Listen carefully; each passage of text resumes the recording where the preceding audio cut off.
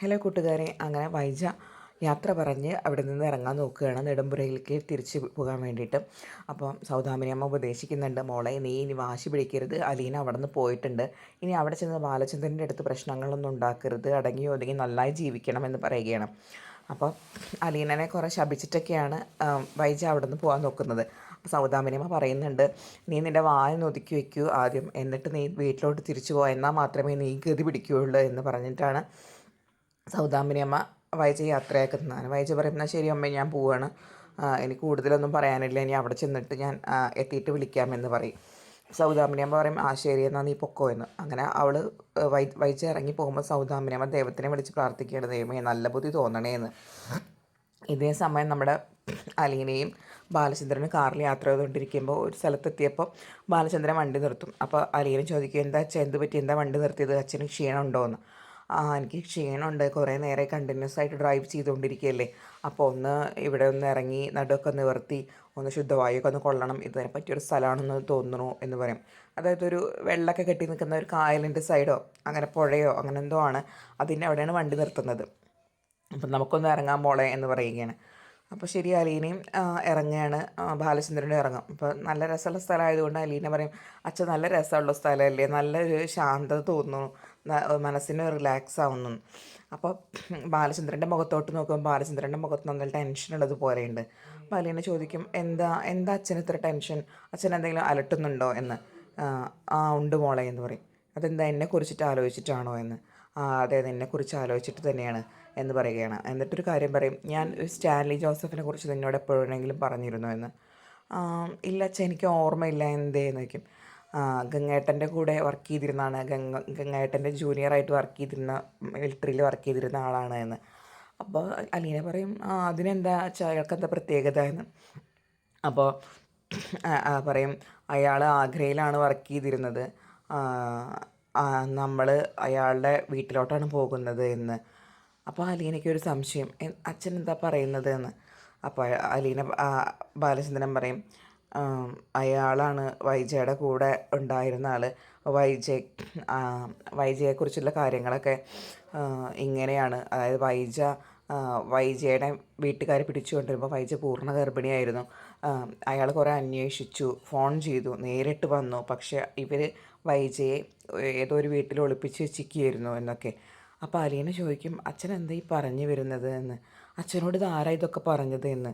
അപ്പോൾ ബാലേന്ദ്രൻ പറയും, സ്റ്റാൻലിയാണ് എന്നോട് പറഞ്ഞത് എന്ന്. അപ്പോൾ അലീന ചോദിക്കും, സ്റ്റാൻലി ജോസഫോ, അച്ഛൻ അദ്ദേഹത്തെ കണ്ടിരുന്നോ എന്ന്. ഞാൻ കണ്ടിരുന്നു, എല്ലാം സത്യമാണോ എന്ന് അറിയണ്ടേ മോളെ, അതുകൊണ്ട് ഞാൻ അയാളെ തിരഞ്ഞു പിടിച്ചു, അന്വേഷിച്ചു, എല്ലാം കണ്ടുപിടിച്ചു, അപ്പോഴയാളാണ് എന്നോടെല്ലാം ഇങ്ങനെയെല്ലാം പറഞ്ഞത് എന്ന്. അപ്പോൾ അലീന ചോദിക്കുന്നുണ്ട്, അങ്ങനെയാണെച്ചെങ്കിൽ അന്നത്തെ കാലത്ത് ഫോണൊക്കെ ഉണ്ടായിരുന്നല്ലോ, എന്തുകൊണ്ട് അമ്മയെ അയാൾ അന്വേഷിച്ചില്ല എന്നൊക്കെ. അപ്പോൾ പറയും, അവരെ ഒളിപ്പിച്ച് താമസിച്ചിരിക്കുകയല്ലേ, അതുകൊണ്ടൊന്നും പറ്റിയില്ല, മാക്സിമം അവർ ഒരുമിക്കാൻ വേണ്ടി ശ്രമിച്ചിട്ടുണ്ട്, അന്ന് അവർ ലിവിങ് ടുഗദർ ആയിരുന്നു, പക്ഷേ അയാൾ കുറേ ശ്രമിച്ചെങ്കിലും വൈജയെ കണ്ടെത്താനും പറ്റിയില്ല, നിന്നെയും കണ്ടെത്താൻ പറ്റിയില്ല എന്ന്. അപ്പോൾ അലീന ചോദിക്കും, അത് ശരി, അപ്പോൾ അങ്ങനെയാണല്ലേ. അപ്പോൾ അലീനയ്ക്ക് അത് കേട്ടപ്പോൾ ആകെ വിഷമാവും. അപ്പോൾ നമ്മുടെ ബാലചന്ദ്രൻ ചോദിക്കും, സ്റ്റാൻലി ജോസഫ് ആരാണെന്ന് നിനക്ക് മനസ്സിലായോ മോളെ എന്ന്. അപ്പോൾ അലീന പറയാം, എനിക്ക് മനസ്സിലായ അച്ഛാ, എൻ്റെ പപ്പയല്ലേ എന്ന്. അങ്ങനെ ആകെ ഒരു ഷോക്കായിട്ട് നിൽക്കുകയാണ്. അപ്പോൾ അലീന ചോദിക്കുമ്പോൾ, എന്താ അച്ഛാ അദ്ദേഹത്തെ കണ്ട കാര്യം എന്നോട് പറയാതിരുന്നത് ഇത്രയും നാൾ എന്ന്. അപ്പോൾ ബാലചന്ദ്രൻ പറയും, ഞാൻ മോളെ എല്ലാം കണ്ടുപിടിച്ചു, നിന്നോടൊരു സമയം അനുസരിച്ച് പറയാമെന്ന് പറഞ്ഞതാണ്, പിന്നെ കൂട്ടത്തിൽ ഒരു കാര്യം കൂടി പറയാം, നമ്മളിന്ന് പോകുന്നത് അദ്ദേഹത്തിൻ്റെ വീട്ടിലോട്ടാണെന്ന്. അത് കേട്ടപ്പോൾ അലീന ആകെ ഷോക്കാം, കാരണം സ്വന്തം പപ്പയുടെ വീട്ടിലോട്ടാണല്ലോ പോകുന്നത്. അപ്പം പെട്ടെന്ന് അവൾക്കൊരു വല്ലാത്തൊരു ഷോക്കാവും. അപ്പം ഇതൊക്കെ ഇങ്ങനെ അച്ഛൻ എന്താ ഈ പറയുന്നത് എന്ന് ചോദിക്കും. അപ്പം അത് ഞാൻ അദ്ദേഹത്തിനെ കണ്ടു, അദ്ദേഹത്തിനെ കണ്ടിട്ട് പറഞ്ഞു, നിങ്ങൾക്കൊരു മകളുണ്ട്, നിങ്ങൾക്ക് വേണോ എന്ന് ചോദിച്ചു. 2-3 ദിവസം അദ്ദേഹം സമയമെടുത്തു, അതിന് ശേഷം എന്നോട് പറഞ്ഞു വേണമെന്ന്. അപ്പോൾ ഞാൻ അവിടേക്കാണ് ഇപ്പോൾ നിന്നെ കൊണ്ടുപോകുന്നത്, കുളത്തൂപ്പുഴയിലെ ആ പ്ലാനർ മറ്റാരുമല്ല, സ്റ്റാൻലി ജോസഫ് തന്നെയാണ് എന്ന് അലീനയോട് പറയുകയാണ്. അപ്പോൾ അലീന ആകെ ഞെട്ടും. എന്നിട്ട് പറയും, അച്ഛൻ എന്താണ് ഈ പറയുന്നത്, അവിടേക്കാണോ എന്നെ കൊണ്ടുപോകുന്നത് എന്ന്. അതേ മോളെ, നിന്നെ ഉത്തരവാദിത്തപ്പെട്ട ഒരാളെ ഏൽപ്പിക്കണ്ടേ, അങ്ങനെ ഒരു കടമ എനിക്കില്ലേ, നിൻ്റെ ഭാവി സുരക്ഷിതമാക്കേണ്ടത് എൻ്റെയും കൂടെ ഉത്തരവാദിത്തമല്ലേ. അപ്പോൾ അലീന പറയും, അത് വേണ്ടായിരുന്നു അച്ഛാ, കാരണം ഇവിടെ ഇവിടെ അച്ഛൻ ഫേസ് ചെയ്ത പോലത്തെ പ്രശ്നങ്ങൾ അവിടെ ഇനി അദ്ദേഹം ഫേസ് ചെയ്യണ്ടേ? കാരണം അവിടെ അദ്ദേഹത്തിന് എന്തായാലും ഒരു കുടുംബവും കുട്ടികളൊക്കെ ഉണ്ടാവുമല്ലോ. അപ്പോൾ അവരൊക്കെ ഈ പ്രശ്നങ്ങൾ അവരൊക്കെ ഇതിനൊരു ഉത്തരം അദ്ദേഹം പറയേണ്ടി വരില്ലേ എന്ന്.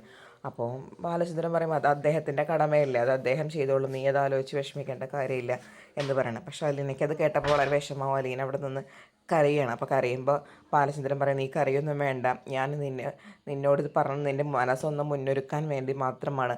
അതായത് അവിടെ അവിടെ എന്തെങ്കിലും നിനക്ക് ഫേസ് ചെയ്യേണ്ടി വന്നു കഴിഞ്ഞാൽ നിൻ്റെ മനസ്സുകൊണ്ട് നീ ഒന്ന് ഒരുങ്ങിയിരിക്കണം, അതിന് വേണ്ടി മാത്രമാണ് ഞാൻ നിന്നോട് പറഞ്ഞത്. അപ്പോൾ അലീന പറയും ഇത് വേണ്ടിയിരുന്നില്ല അച്ഛാ, ഇത് ഇങ്ങനൊരു കാര്യം വേണ്ടായിരുന്നു എന്ന്. അപ്പോൾ ബാലചന്ദ്രൻ പറയും നിന്നെ ഏറ്റെടുക്കാൻ അർഹതപ്പെട്ട ആളല്ലേ അദ്ദേഹം, എനിക്കറിയാലോ ഒരമ്മയുണ്ടെങ്കിൽ അതുപോലെ നിനക്കൊരു അച്ഛനും ഉണ്ട്. അപ്പോൾ ആ അച്ഛൻ തന്നെയല്ലേ നിന്നെ ഏറ്റെടുക്കേണ്ടത്, നിൻ്റെ കാര്യങ്ങൾ നോക്കേണ്ടത്. അപ്പോൾ ഉത്തരവാദിത്തപ്പെട്ട ഒരാളുടെ കയ്യിലാണ് ഏൽപ്പിച്ചതെന്നുള്ളൊരു സമാധാനവും എനിക്കുണ്ട്. പിന്നെ അതുമാത്രമല്ല, നീ അവിടെ നിനക്ക് പറ്റില്ലെങ്കിൽ അവിടെ നീ ബുദ്ധിമുട്ട് നിൽക്കൊന്നും വേണ്ട, നീ അവിടെ നിന്ന് തിരിച്ചു പോന്നേക്കണം. അതും ഞാൻ സ്റ്റാൻലിയോടും പറഞ്ഞിട്ടുണ്ട്, ഇപ്പം നിന്നോടും പറയുന്നു. നീ അവിടെ ബുദ്ധിമുട്ട് നിൽക്കേണ്ട ആവശ്യമൊന്നുമില്ല, നിനക്ക് അവിടെ പറ്റില്ല എന്ന് തോന്നുന്നുണ്ടെങ്കിൽ അപ്പോൾ തിരിച്ചു പോന്നേക്കണം എന്ന് പറയുകയാണ്. അപ്പോഴും അലീനയ്ക്ക് വിഷമം സങ്കടം മാറുന്നില്ല. അലീന പറയും എനിക്ക് എന്തോ ഒരു പോലെ തോന്നുന്നു അച്ഛാ, ഇനി ഇതേപോലെ അച്ഛൻ പണ്ട് ഫേസ് ചെയ്തതുപോലത്തെ എല്ലാ കാര്യങ്ങളും ഇനി അദ്ദേഹം ഫേസ് ചെയ്യണം, ഞാനിനി എന്തൊക്കെ അനുഭവിക്കണം. ഈ രീതിയിൽ നിന്ന് വറചട്ടിയിൽ വിട്ട് ആ ഒരു അവസ്ഥയാണ്. കാരണം ഇവിടെ ഞാൻ അനുഭവിച്ച എല്ലാ കാര്യങ്ങളും ഇനി അവിടെ അനുഭവിക്കണം എന്ന് പറയുകയാണ്. അപ്പോൾ ബാലചന്ദ്രൻ അവളെ സമാധാനിപ്പിച്ചിട്ട് വണ്ടി എടുക്കുകയാണ്. ഇതേ സമയം നമ്മുടെ വൈജ അവിടെ നിന്ന് പോരാൻ വേണ്ടി നോക്കുകയാണ്. അപ്പം മനുവിനോട് ശിവൻ ചോദിക്കുകയാണ് മോനെ നിനക്കൊന്ന് കൊണ്ടാക്കി കൊടുക്കാൻ പറ്റുമോ? അപ്പോൾ മനു പറയും ശരി അച്ഛാ ഞാൻ കൊണ്ടാക്കി കൊടുക്കാം.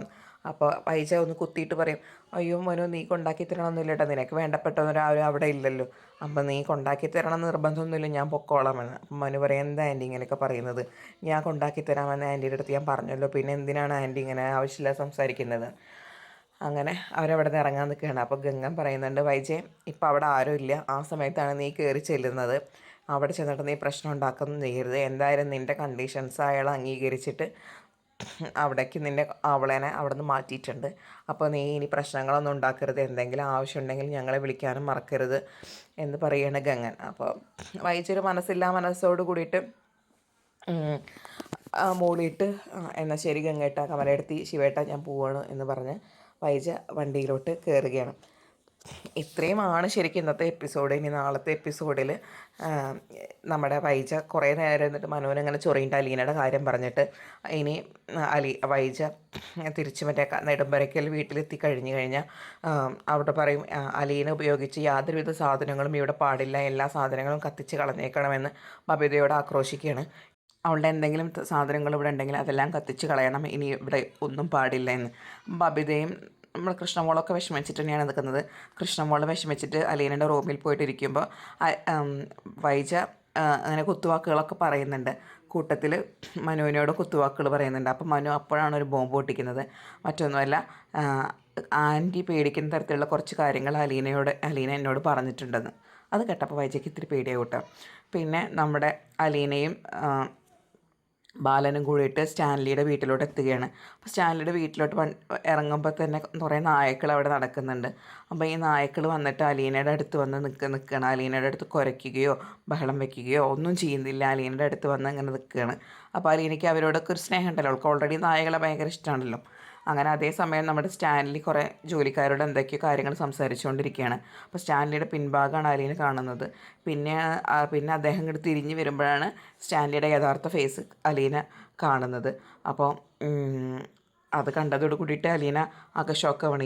ഇദ്ദേഹമാണല്ലോ അന്ന് വീട്ടിലോട്ടന്ന് വന്നത് എന്നാലോചിച്ച് ഷോക്കായി നിൽക്കുന്ന അലീനയാണ് കാണിക്കുന്നത്. ഇത്രയാണ് ഇന്നത്തെയും നാളത്തെ എപ്പിസോഡ്. കൂടുതൽ നേരത്തെ അടുത്തൊരു മുൻപയുടെ കഥ അറിയാൻ ആദ്യം നിങ്ങൾ ഈ ചാനൽ സബ്സ്ക്രൈബ് ചെയ്യുക, ബെൽ ബട്ടൺ ഒന്ന് ക്ലിക്ക് ചെയ്യുക.